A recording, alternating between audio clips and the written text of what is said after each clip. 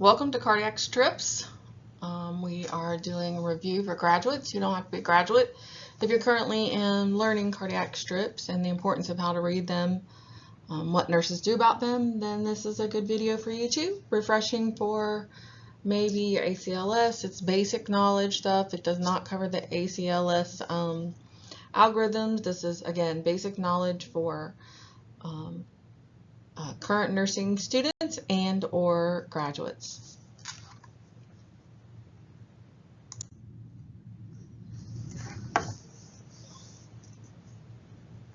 So the Welcome to Cardiac review fully loaded.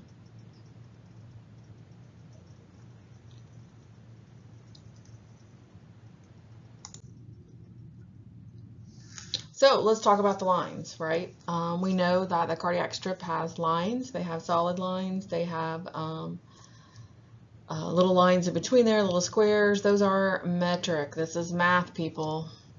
The EKG is designed to show us what the electrical current is doing. After further evaluation of the electrical current and the math, how long it takes the electrical current to go from one point of the heart to the other point of the heart tells us if something's wrong with the front, the back, the bottom, the top. Super important. The P wave is the first component of one heartbeat. The P wave is right here.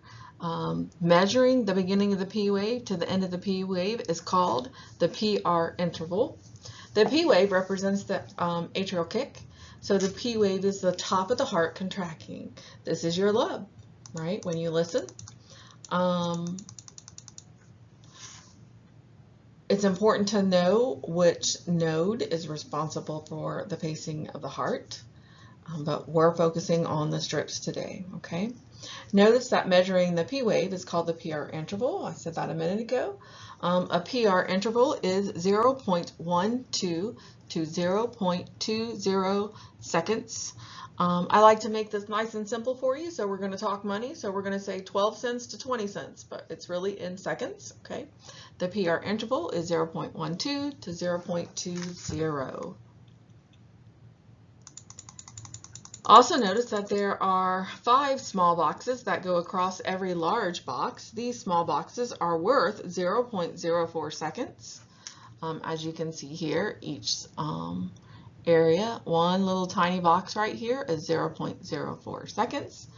Since we know money again, that's 4 cents, right? 4 cents.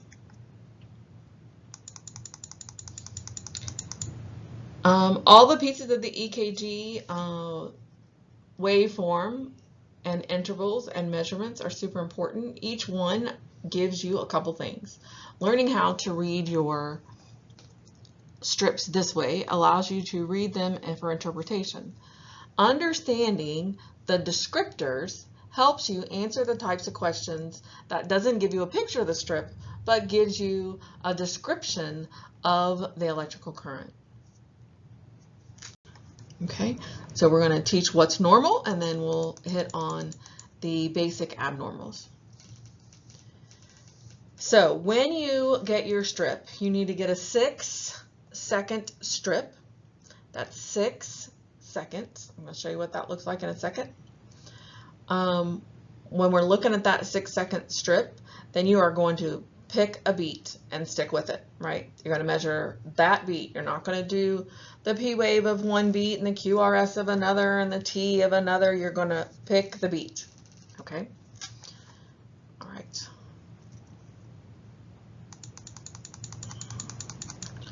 In this display, you will see the QRS complex. This is QRS complex. Most people like to measure from R to R. This can tell you how many beats per minute. Do a nice little math. I'm going to hopefully show you a simpler way to get an estimation of a heart rate, so you don't have to be exact with the great big huge math divided by 1500, all that stuff.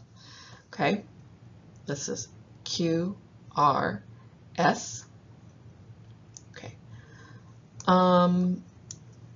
The QRS starts where the PR interval ends and ends with the ST segment.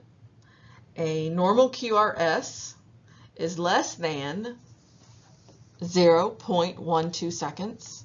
A normal QRS is less than 0.12 seconds. That's less than 12 cents, right, if we're converting to money. Okay, let's go to the next slide. Your T wave is right here. Remember, the P is the atrial kick, the QRX, S is your ventricle, so lub, dub, rest, lub, dub, rest. The T is your rest, lub, dub, rest. Okay.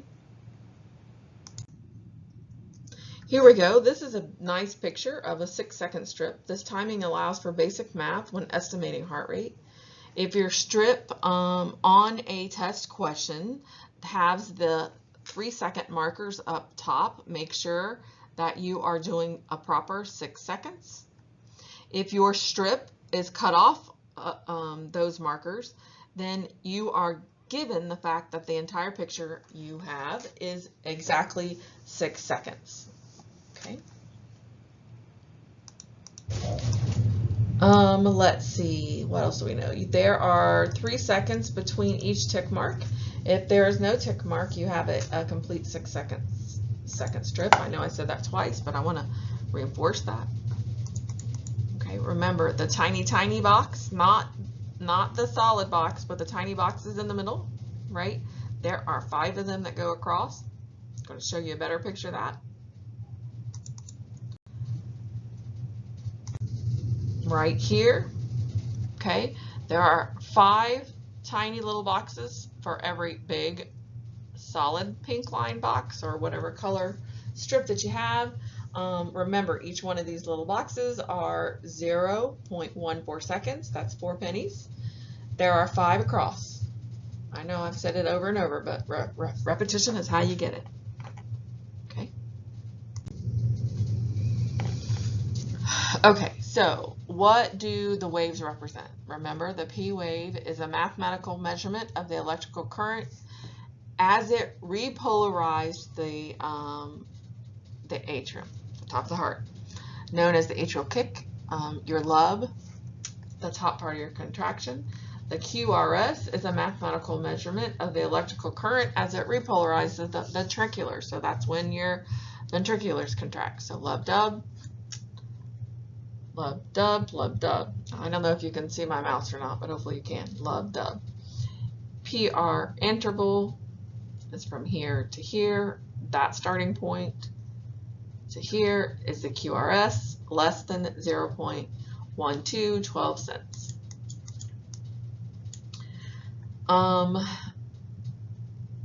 Starting with a Q, if we're talking about repolarization of the R, a early ventricular repolarization, and the S is late ventricular repolarization. Do you need to know that for any exam in school? No. Do you need to know that for your boards? No. What you need to know is lub, dub, and the measurements. Okay. You can get a QRS that is inverted, and I hopefully remember to have a slide in there to show you that. But if your R is actually down here, it's okay. Sometimes it's about too much hair on the chest, or I'm a heavy person, but the signal is still there, right? The signal is still there. Okay. Let me see. The T wave is where the entire heart starts to rest. Okay. So lub dub rest, lub dub rest, lub dub rest. If you measure the PR interval, which should be, again, 0.12 to 0.20 seconds, so 12 to 20 cents, that's normal. That's where we want it to be. It's okay. That's great. Keep moving, right? If it's greater than that, then we have a first-degree heart block. If it's greater than that, we have a first-degree heart block. Remember, every little box is 0.04 seconds. So if you was to measure, you can be fancy and get some calipers, and you can do some things like that, but bottom line is you just need a piece of paper. This is called your isoelectric line, which is like your baseline here. You can get a piece of paper, mark this on your paper, mark the end of this on your paper, pick your paper up to a solid pink line, and then count the boxes. When you count the boxes, 1, 2, 3, 3 times 0.04, right, is within normal range. Remember, there's 5 boxes. 5 boxes is 0.20. 0.04 times 3 is 0.12. 12 to 20 seconds. We're all good. Got it? So now let's talk about measuring the QRS. So it is small. This is 4 boxes or less. Okay. If it's bigger than that, we've got a conduction problem. Again, you can just use a piece of paper and lay it on there and estimate the heart rate even. Okay, so if we look at the little boxes between here and here for the QR, that's one box, 0.04, and the range is less than 12, right? So this one's good. All right. You often hear about the T wave being inverted or flattened. You'll hear about U waves, which is a totally separate problem, but we're going to talk about the normal stuff first, okay? Now, you can measure heartbeat very quickly across a 6-second strip by counting R to R, all the way across the strip. 1, 2, 3, in a 6-second strip. Then you simply multiply it by 10, or even more simply, if I've got 6 R's across a 6-second strip, then my heart rate is estimated to be about 60 beats per minute. Okay, so just add the 0. Count your R's, add the 0. Okay, so this is what I want you to do. Every time you get a question with the picture of a strip,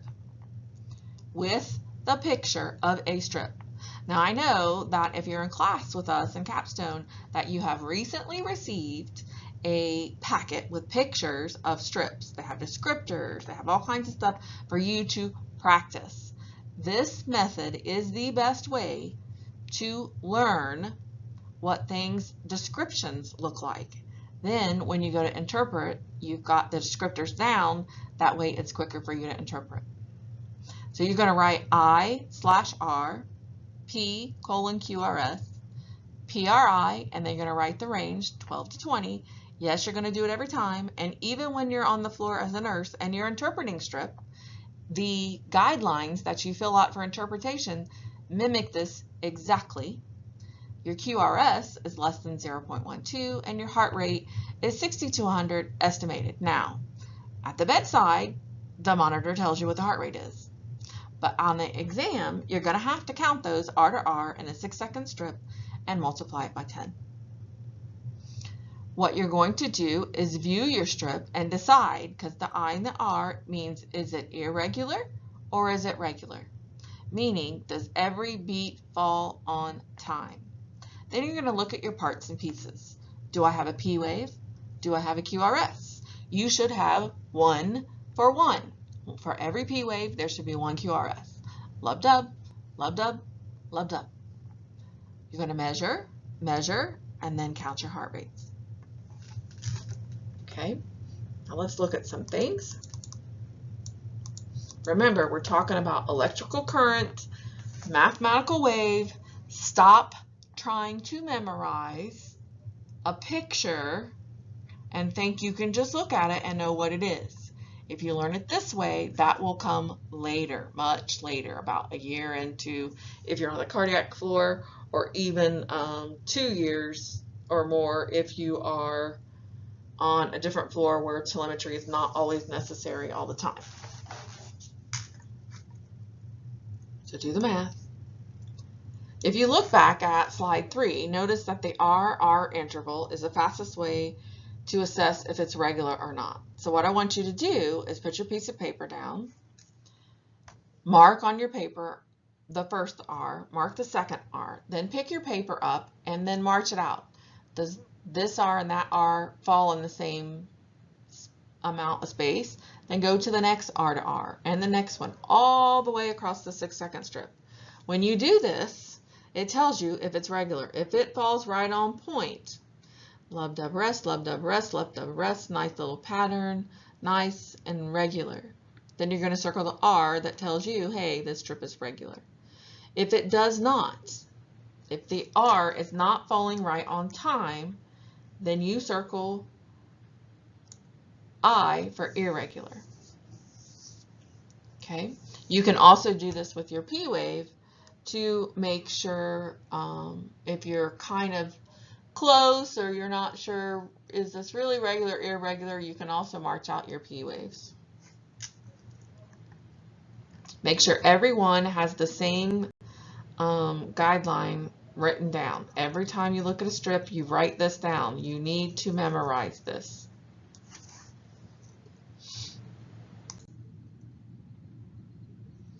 Okay, so your patient has this rhythm.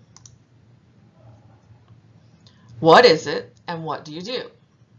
Right? Well, we know that you're going to have to write down the little algorithm I just gave you.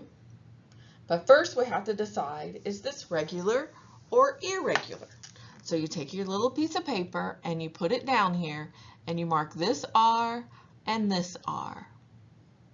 Notice there isn't any 3-second marking, so you're going to make the assumption, we're going to say that during a test, this is a full 6-second strip.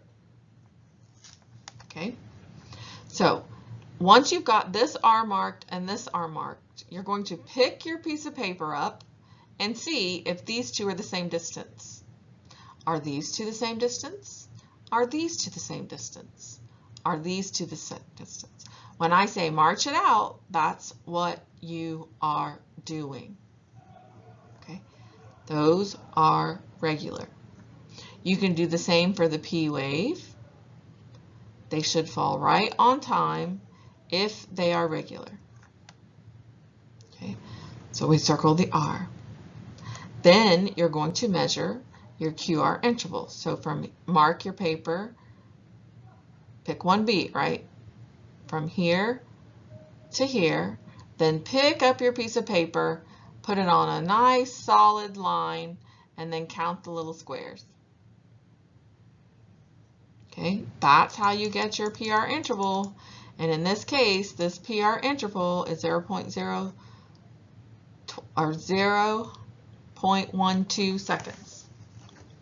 Okay, is that normal? That is normal.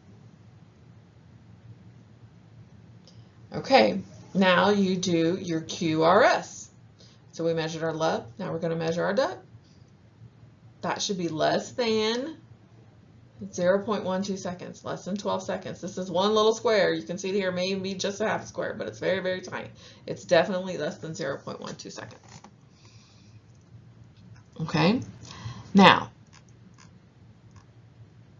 you've got your math done. Now you need to do is how fast is this going? So if this is a standard 6-second strip, you're going to count the R's. 1, 2, 3, 4, 5, 6 times 10 is 60.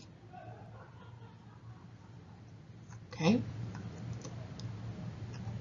30 large boxes is a fast method for regular and irregular rhythms, but it's easier just to do it the way I just told you.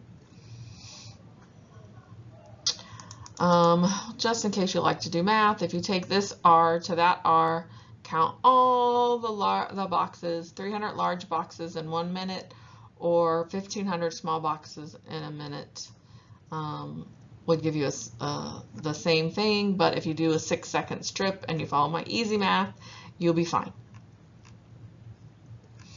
So let's explain for a minute what the U wave is. The U wave is a low amplitude deflection following the T wave. They are not always noticeable, but may be exaggerated in hypokalemia, that's low potassium, bradycardia, digitalis use, negative ventricular hypertrophy. All of these reasons, if you have that U wave, that extra, so LUB, DUB, T, and then a little U wave, which we do not in this one, then that indicates hypokalemia, bradycardia, digitalis use, or negative ventricular hypertrophy, one of those things. Okay. This is normal sinus rhythm. How do I know that? We were regular. Our PR interval was normal. Our QRS was normal. And our heart rate was normal. Most importantly, the P and the QRS that you had written down, there's 1 for 1. Lub-dub, lub-dub, lub-dub, lub-dub, lub-dub, lub-dub. Everything is normal, therefore it's normal sinus rhythm. Well, why do we say normal sinus rhythm? Because normal indicates to the physician that the numbers are within normal range. Sinus rhythm, you can have sinus rhythm and other things in there, therefore writing normal sinus rhythm is the proper way to document so the physician knows you actually did the math and didn't look at the picture and glance and decide to make a guess. Okay, so if you find that your patient is normal sinus rhythm, then you continue to monitor. So document and continue to monitor. So if you get a question with this particular rhythm, that's what you do. That's your actions, right? Your top 3, right? Your top 3 actions. Document, continue to monitor. That's all we really need to know for that one.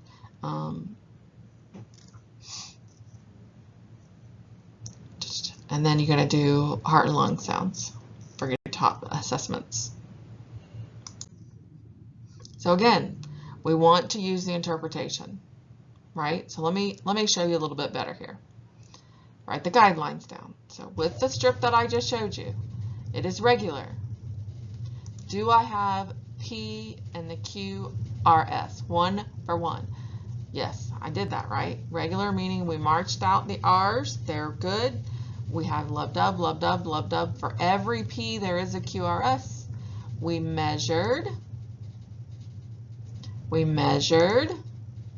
and then we counted 6 beats on our 6-second strip, multiplied it by 10, and got 60 beats. Remember, these guidelines help you learn the characteristics so you can, 1, interpret the strip, but 2, take that question that just tells you about the pieces of the wave and wants you to know what it is. Okay, make sure I've hit all my notes. I have.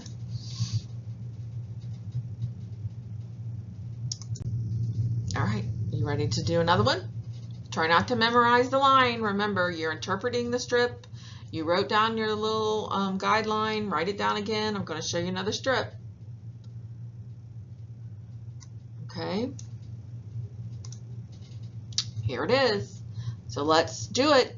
If we measure from R to R and march it out, right? Is it the same length from here to here?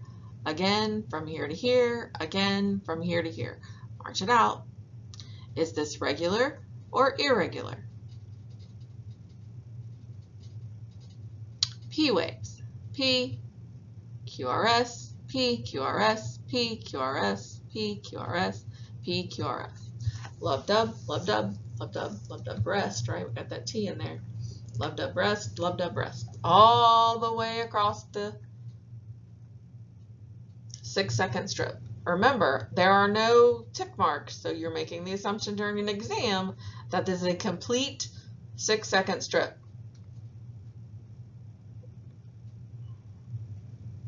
Okay. Now we need to measure. So if we measure from here to there for the PR interval, it's less than 20, so we're okay. 12 to 20. QRS is like a half a box there. That's less than 12. This is good. And then we do the heart rate. 1, 2, 3, 4, 5 times 0 is 50. So this is normal sinus bradycardia. Normal sinus bradycardia. Remember, if the heart rate is slow, there's less perfusion to other tissues and organs. Why would someone have sinus bradycardia? Well, They could be an athlete, their heart is in really good shape. They could be on a beta blocker, right? So if they're on a beta blocker, you need to find out why. Remember, people are not put on beta blockers for blood pressure as the primary. Generally, we go to lisinopril or ACE inhibitors first before we jump to a beta blocker. We will jump to the beta blocker if they have an allergy to the ACE inhibitors. Okay. All right.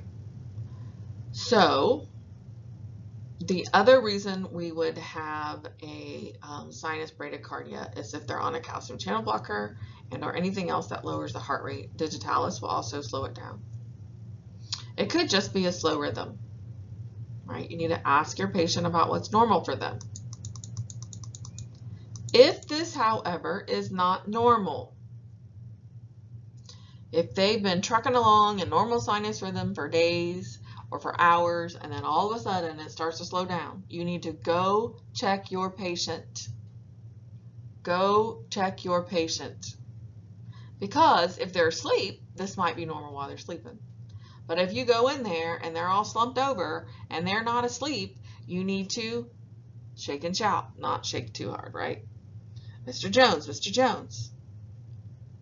If they don't respond to stimuli, then this is symptomatic sinus bradycardia. When it's symptomatic, you need to check your patient, call for help, and you need help to bring you something. What exactly is help bringing you? Well, help is bringing you atropine. Okay. Another reason that someone would have sinus bradycardia is if the PR interval is a little bit long and they have a little bit of first-degree heart block. Okay, that's not too bad, but yes. Okay. So let's think about this. If you keep the strip in mind that we just did, I asked you to march out the R to R because you want to know if it's regular or irregular. It was very much so regular. And then you're going to check for your parts and pieces. Did we have P waves? Yes. Did we have QRSs? Yes. They were 1 for 1 all the way across the strip. Yes and yes. I know I'm repeating myself over and over, but repetition is the only way you're going to get it. When we measured the PR interval, it was 0.12. Therefore, it's in normal range.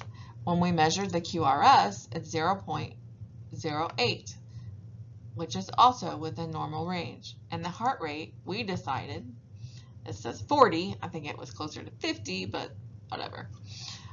It's sinus bradycardia. Sinus bradycardia.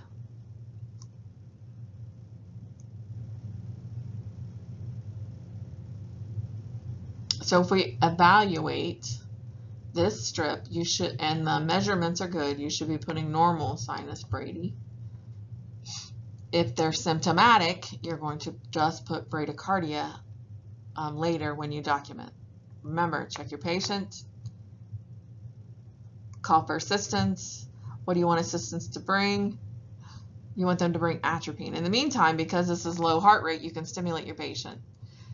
Do not ever, ever, ever let your patient bear down when their heart rate is too low. You can have them do it if their heart rate was too high, but not too low. So, check your patient. What symptoms does the nurse expect to see? If your patient is symptomatic with sinus brady, they're going to be lethargic, near fainting, syncopal, dizziness, lightheaded, fatigue, maybe short of breath, maybe not. Okay. Easy during physical activities. Do not get this patient up if this is new.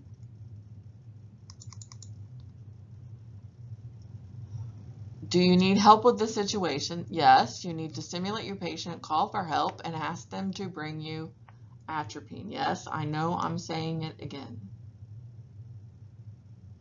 You also need to look when help gets there. Was there any medications that could have caused this? Maybe we added a new medication and they were fine. You did your pulse check. They were fine beforehand, but they're super sensitive to this. And now we need to let the physician know the atropine will bring the heart rate up temporarily, but we need to get that medication out of their system, and we probably need to alter the dose. That would be your nursing recommendation to the physician if you thought it was induced by medication. Remember, we're going to give atropine IV access. We're also going to put some oxygen on. If this is new, the atropine is only going to work for a while. If it is not due to medication,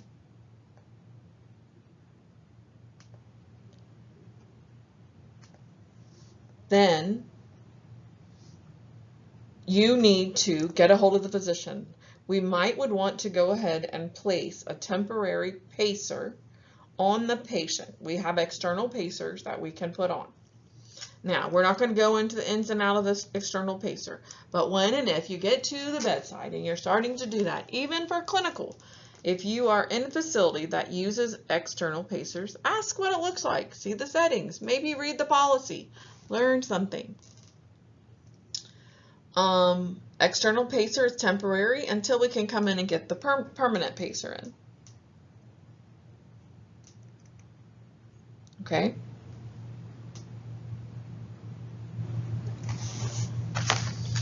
All right, any questions? I hope not, because I can't hear you since we're doing a voiceover. No questions, good. All right, let's look at the next two rhythms. We have A flutter and A fib. Okay, so if you look at the top, we're going to do our guidelines. We're going to first decide if this is regular or irregular. So if we march out our R to R, then what you're going to see is they are not the same. See, it's longer here, shorter here. They're not. So this is irregular. So circle your I for irregular. Now, when we go to try to find a P, you can't tell where the P is and where the T is, and that's crazy, right? So we're going to say no P wave. So on your little algorithm with your P and your QRS, you're going to mark out the P. We got QRSs. They're not regular, but we don't have any P's. There's no definitive lines for P's. So irregular, no P waves means I can't measure the PR interval.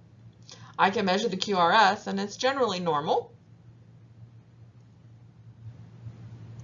And my heart rate, right? So we're going to do this.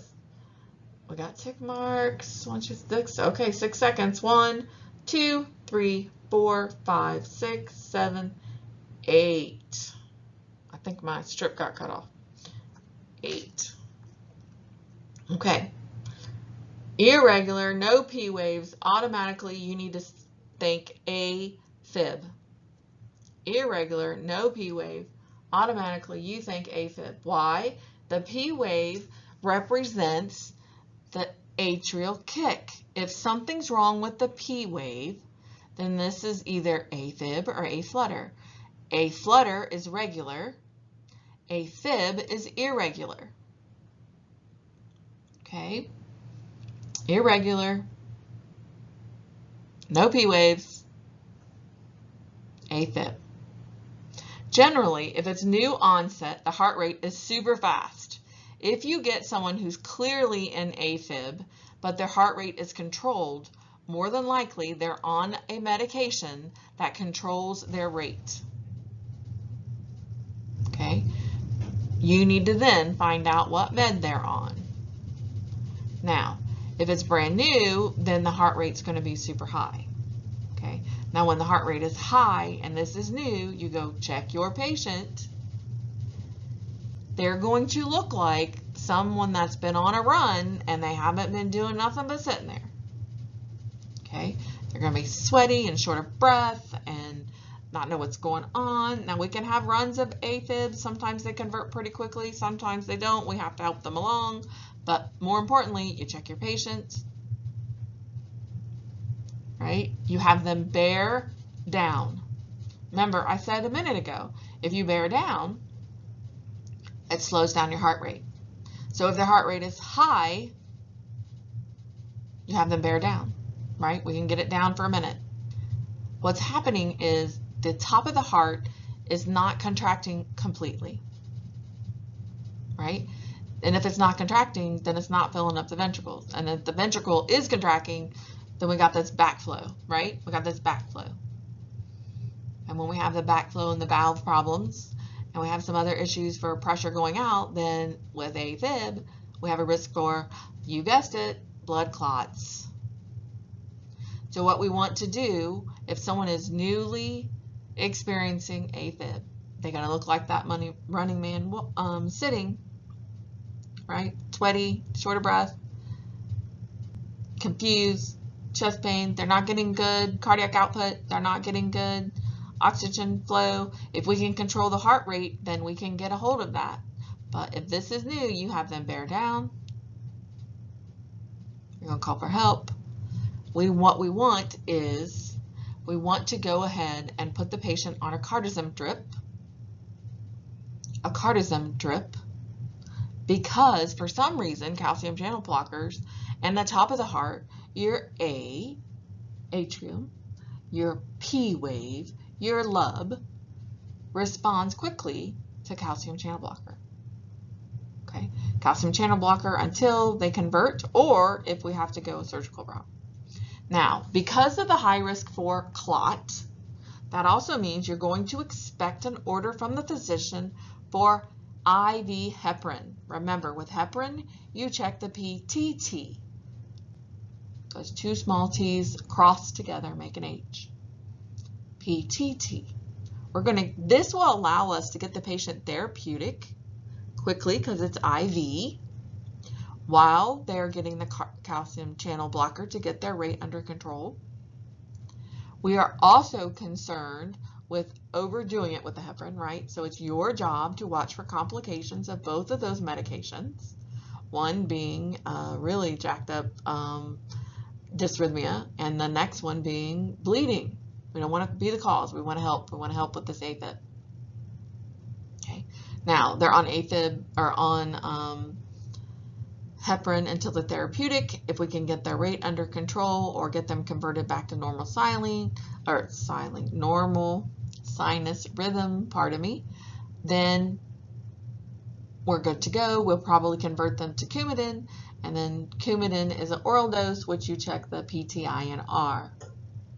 So why heparin? It's got an antidote. Why Coumadin? It's got an antidote. Heparin's antidote is protamine sulfate. Coumadin's antidote is vitamin K, not to be confused with potassium. Vitamin K. All right. Now, let's look at the other strip. Now, the other strip, if we do this, if you march out those R to R's, R to R, they are 100% regular. In fact, if you look at these lines, they're nice and clear.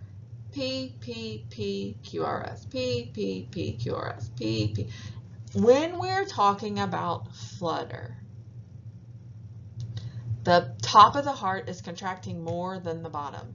So it goes lub, lub, lub, dub, lub, lub, lub, dub, lub, lub, lub, dub, lub. Does that make sense to everyone? Well, I hope so. The top of the heart is beating faster than the bottom of the heart. And if it's going too fast, does it have time to fill? Nope, sure does not. Therefore, we have all of the same issues with AFib as we do with a flutter. Now, AFib though, because the heart is going so fast at the top, the heart rate is going to look really high. 150, 160, 170. What's this one? Let's count. 1, 2, 3, 4, 5, 6, 7, 8, 9, 10, 11 times 10, approximately 110 beats a minute. I'm telling you, you will see a flutter faster than that even. Okay. So again, they're going to have the same symptoms. They're going to look like they're running. Their heart is running a marathon, and they're not. Okay. Now, you can't memorize these lines. You got to follow that algorithm I gave you, or you're going to confuse AFib with a flutter, even if your treatment's the same. What it changes is possibly what we do and how fast we get it done. Again, calcium channel blocker, heparin, converted later to Coumadin. We're going to use our APTT to control our heparin drip, and we're going to follow heparin protocol, which is why you guys get all those math questions about heparin kilogram, units per kilogram. We need to make sure we give people the right dose. Pharmacists are human too. Make sure you're checking the math. All right, a fib, a flutter.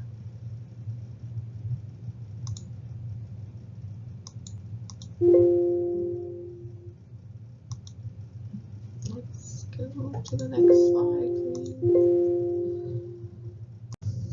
All right, don't forget to follow your algorithm here, right? AFib is irregular. No P waves.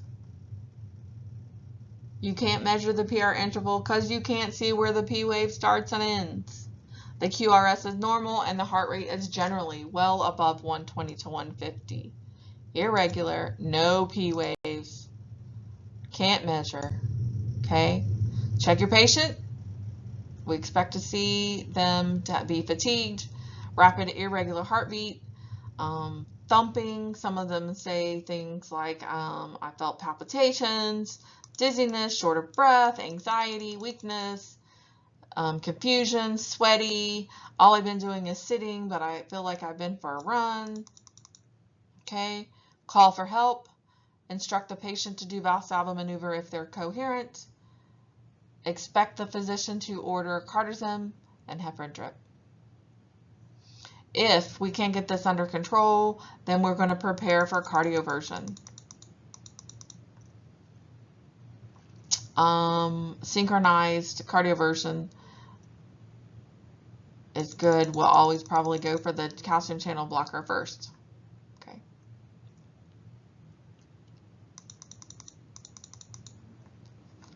All right. Think what might be causing the abnormal rhythm. Yeah, what is the cause, right? Well, what's going on? Is this idiopathic? Was your patient vomiting a lot and then went into AFib?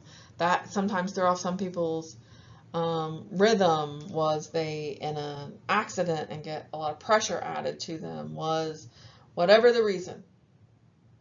So run in family. We need to decide if we know what's causing the abnormal rhythm, then we are better prepared to assist the physician in figuring out the best course of action. Sometimes we will give them a pacer, not because their heart rate's low like we gave the other pacer, but because we can hopefully get them back on time. So that's timing. Okay. Any questions? Hope not. Next rhythm. So this rhythm. So this is supraventricular tachycardia. So let's start from the beginning. Our R's, are they regular or irregular? Right? Here to here, here to here, here to here, here to here.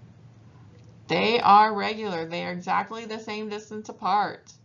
They are regular all the way across the 6-second strip. Okay? All the way across. Now, it's kind of hard to tell, but there is a P wave and a T wave, but they're going off at the same time, right? So before the heart can completely rest, the top of the heart is contracting. So you're going lub dub re, lub dub re, lub dub re. So it's going so fast that we don't have time to rest, and that's not good for the heart either. So there are P waves, there are QRSs, but you can't measure them, right? The heart rate is too high to do that. Okay, tachycardia, meaning above the ventricles. Wow, look at the rate. We need to slow this down. It's way too fast. So you can go in, check your patient. Again, anytime the heart rate is too high, you instruct your patient, if they're coherent, to bear down. That slows the rhythm down. We can then bring in beta blockers, calcium channel blockers, usually used for when there's an atrial problem. But if we're just talking about a ventricle problem, this is the ventricles going too fast. Now, the top of the heart is going along with it. They're like, oh, you want to go for a run? Let's go for a run. So they're both going way too fast. We want to give them something that would lower that heart rate. Be prepared to give IV push beta blockers. So this is supraventricular tachycardia. What's going on with this patient? Holy smokes, look at this. So in a 6-second strip, if this is regular and this is regular, they got a little crazy here, but this and this is regular. That means we're normal sinus rhythm if our beat, right, we're going to pick a beat. We're going to pick a beat here.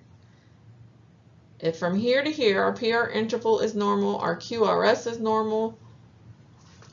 We have P waves, we have QRSs, lub dub, lub dub, lub dub. Oh, what's this? This is something in the middle because this normal come right back at normal. Right? So this is called a couplet.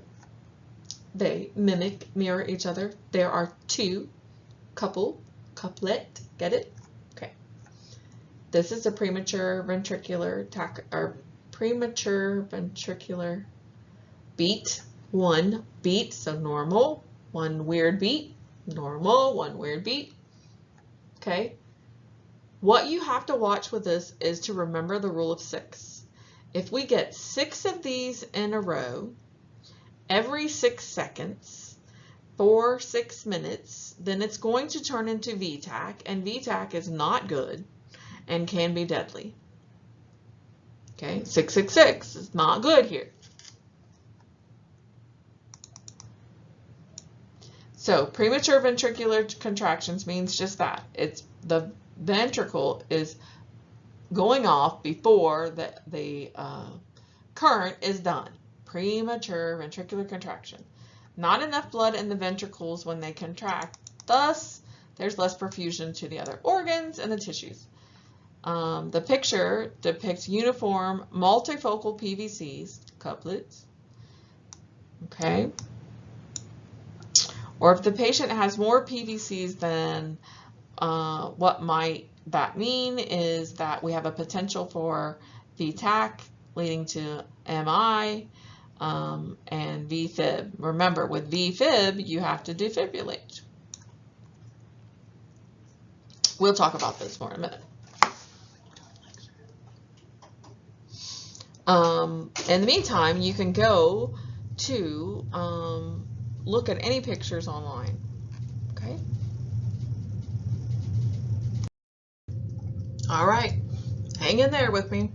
Remember, the next one is the ventricle problems. We talk about the atrial problems.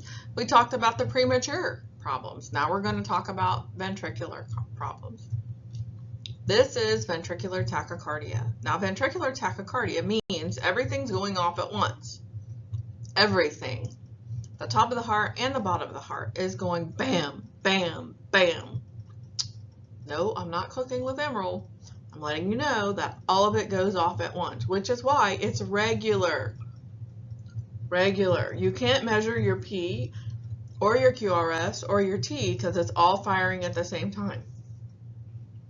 Remember your rule of 6 beats every 6 seconds for 6 minutes, or a sustained VTAC, meaning it's nonstop, means that we've got a problem. We have to get the heart rate down. We have to make sure we don't cause a complication, heart attack, ventricular fib, all those things that can go wrong. We need to get that down. Now remember, ventricular tachycardia generally does not happen unless there are other heart problems. Some kind of previous heart attack, electrical current problem, congenital heart defect, cardiomyopathy, myocarditis are a few examples. A dangerous condition related to ventricular tachycardia is ventricular fibrillation, so VFib. Remember, when you're in VFib, you defib. I'm going to talk about that in a minute.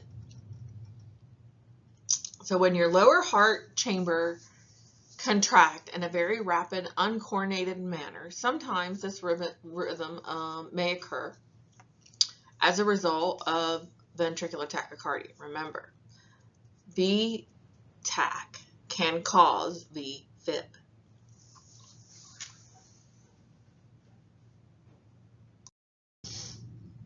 All right, VFib, here it is. With VFib, you defib.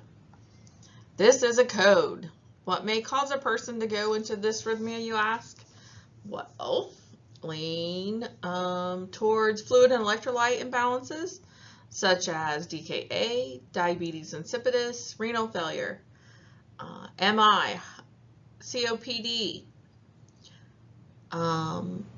relating to acid-base imbalances. Remember, if acidotic, usually high potassium, key player in electrolytes. That's your potassium. If your potassium is high, you'll have what's called tall peak T waves, flat P waves, widened QRSs, and prolonged PRIs. If you actually followed along and done the irregular, regular, do I have a P wave, do I have a QRS through this whole thing, you should understand that a tall peak T wave is taller than normal. A flat P wave means it's non-existent, and widened QRS means it's wider than the 0.12 that I've told you. Prolonged PRI means that P wave is too long. All of that together means that this is a high potassium problem. Okay. Notice on the flip side, hypokalemia, low potassium, has ST depression, a flat T wave, and a prominent U wave that we talked about earlier. Hypo and hyperthyroidism also impact circulation to the heart. It's important to know the examples of all of this impacting the cardiac function. The structure, the heart failure, is it a muscle problem? Is it a arterial or vascular problem? Or is it the current? We've got to be able to figure this out, which is what an EKG can kind of tell us. Okay, so remember, with VFib, you defibrillate. This is it. It's basically described as crazy and bizarre. You can't see what's the P wave, what's the T wave, what's the QRS. It's not regular. It's completely irregular. Looks like one of the kids took a marker and ran it across one of the boards in a classroom, right? Nothing. Okay, with VFib, you defibrillate. Okay, what we need to know is that the lungs and kidneys, as well as hormones that affect the heart, which can result in changes in the heart function, right? So it changes the cardiac output or the electrical conduction. We want to shock this rhythm back into place. The exemplars in this is about perfusion. It's about irregular current. It's about resetting. The SA and the VA node are not kicking in. Our primary and secondary are not picking in to go ahead and make the heart rate normal. Therefore, we're not getting proper perfusion through the heart. The atrial is not filling, the ventricular is not filling. Therefore, we don't have a good amount coming out and perfusing the body. Expect your patient to be totally out with VFib and extended amounts of ventricular tachycardia from the previous slide. Balloons, rubber bands, and other items can help you see what's going on with contractility when we think it's a muscle problem, right? Stretch that rubber band out. If you stretch it too many times, it snaps. If we stretch it too far out, it's going to get really hard for that electrical current to go through. So we got to figure out what's going on and what's the cause. Okay. Ventricular fibrillation, we get them back in that. We may want to put an ICD in someone. So that is, that will shock the patient. Smaller amounts of direct shocks to their heart to get their rhythm on point and when it goes out of rhythm. Advice, this is not on tests, this is not anywhere, but if you or your family member needs to get a pacer, you tell them you want the Mac Daddy, you want the AV pacer with the option to defibrillate, the ICD, because if something is going on with this and you need that, more than likely you're going to need the whole thing later. And the ones are now programmable, so you can activate whatever you need now and then activate if you need later, if you need B paste or A paste. Y'all understanding me? Ask about the Mac Daddy of the pacers that also has the defibrillator in it if you or your family member needs one. Some insurance will pay for it, some will not, but if they will, you get it done. Okay? All right.